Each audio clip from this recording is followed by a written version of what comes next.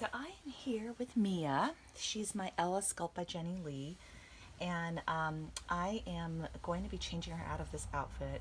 She's so cute in this outfit. I think it suits her so well. But I'm going to go ahead and change her into, it's a Carter's Just One You two-piece. It's a footless, there are these pants, and then just a very simple top. And I think it's just, sometimes the simplest clothes I feel like are just the best. It's just a very simple outfit. She's wearing a little bit more of a, you know, more of a designery outfit right now. And I'm going to change her, and I wanted to chat about the topic, you know, which is basically what would you sell a baby to somebody you knew who did not treat their dolls very well or did not treat their dolls very gently? And that is a really, really good question.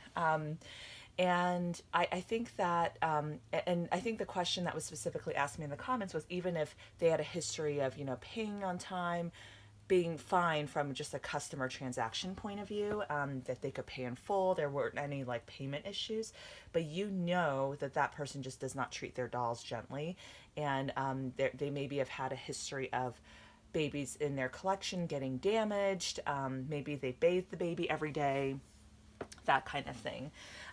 You know, would you sell to that person? You know, even though of course once you sell the baby, it's out of your hands.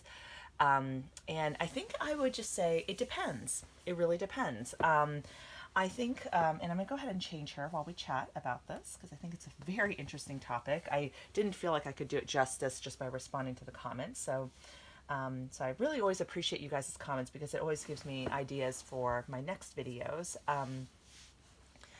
But yeah, to answer that question, I mean, I don't know. I think that it kind of, you know, even though these are not real babies, it does kind of make my stomach turn a little bit to think about, you know, a doll that was cherished and treated very well in my collection and in my nursery, you know, not getting that same treatment somewhere. Of course, it's completely out of my control, and I don't really know at the end of the day how people treat the babies in their collection.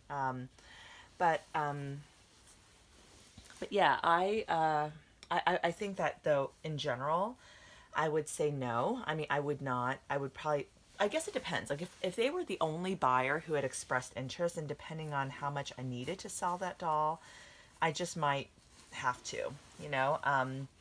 But if there were a couple of buyers, and I am also of the firm belief that you do not have to sell to the first person who inquires. These are huge transactions. A lot is on the line. There's a lot at stake, a lot of money at stake. So you need to sell to whoever you feel comfortable with. And it doesn't matter if that person inquired first or fourth. And I know some people are going to feel like that's not fair, but if you think about it, this is like, it's like buying a house, right? Or think about any other large transaction. Would you just sell to the first person who put in an offer or who expressed interest or who offered you the asking price? Not necessarily. I mean, and I think houses are actually a great analogy for this because if you think about it, you know, your home is something that, you know, it's so, it's one of your basic needs, and I think we all get like very attached to our homes and where we live. So if you ever able to, so if you ever sell that home and move on, you know, I mean, I don't know about you, but I would want to make sure that the people living after me in that home, they're not going to like trash the place. Like I want to feel like, you know, this place that we invested so many years in, is going to be, I don't know, like well taken care of. Like, so even though it shouldn't matter because after you sell the home, you've like moved on with your life. Like I don't know. I just wouldn't want to, I wouldn't want to sell it to somebody knowing it was going to get torn down, for example. Like that's a great example because it's like, you know, hey, as long as you get your money, who cares? But you know, even though maybe we shouldn't, I think a lot of times it's natural and normal to feel some sentimental attachment to things that were important to us, whether that is our home or maybe a special car or yeah, or an expensive doll in your or collection, or even a doll that's not expensive. It doesn't even matter. If you've had just like personal connection with that item, I think it can be hard to let that go to somebody who's just not going to treat it well. So I would say if I had multiple buyers who were interested in a doll, and I knew one person had specifically not a very good reputation for how they treat their belongings, and another person who I knew they take care of their dolls very carefully. I mean, and that's the other thing too. I might want to have the option to maybe purchase that baby back in the future. Maybe, if you're selling a doll and it's really for financial reasons and you'd love to have that first right of refusal to purchase that baby back, well, you sure as heck don't want to sell to somebody who's going to damage that doll, because then, it's not going to come back to you in good condition. So I think in that case, it becomes very, very important to sell to somebody who does have a good reputation for treating their stuff well. Um, Look at this beautiful baby. Oh my goodness. She's the only oh my, I love holding this baby. She just is a dream. But she's the only Asian Ella that Jennie made in the edition, and I'm so so so thankful Jennie allowed me to adopt her at the Rose Doll Show 2018. I was obsessed with this baby for so many months, and I know that I was like thinking about, oh, should I, like, I know I sold Maggie. Ella's not, my Mia is not going anywhere right now. And I do know of one lady who does want to adopt her if I ever do sell her, but she's not going anywhere. I love this baby. So yeah, I mean, I do think, yeah, I do think that for me, if especially the more important that doll was to me, the more I would care about who adopts that baby, if that makes sense. Now, there may be a doll, that, you sell on and maybe you just never bonded and you don't feel really that attached to that doll. In that case, I probably wouldn't care too much, who adopted the baby. It wouldn't matter quite as much.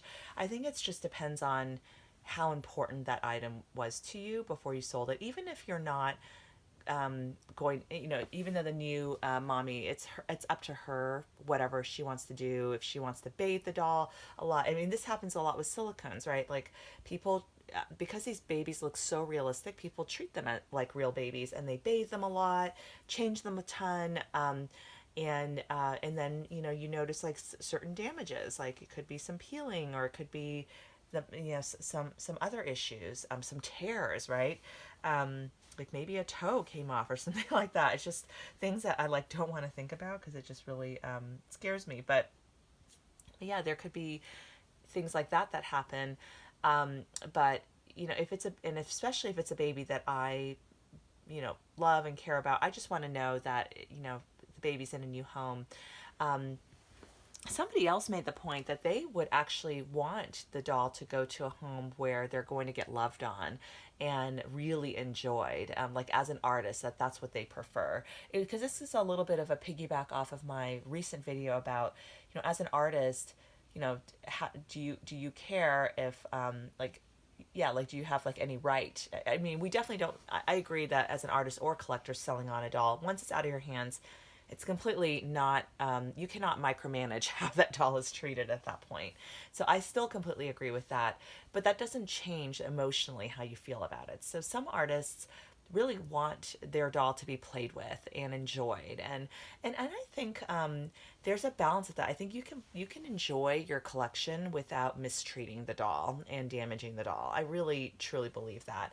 I mean, I am more of a, my babies are pretty much tucked away. I interact with them on YouTube, and I might hold one while I'm watching TV, but I am not kind of constantly changing them. I only change them on camera, for the most part, just because it's not, like, it's not something I feel like I need. Like, I love looking at these babies and I love holding them. Those are like my two big things. And there may be different things that are important to you in your collecting. So anyway, those are my thoughts. I would love to hear your thoughts as well.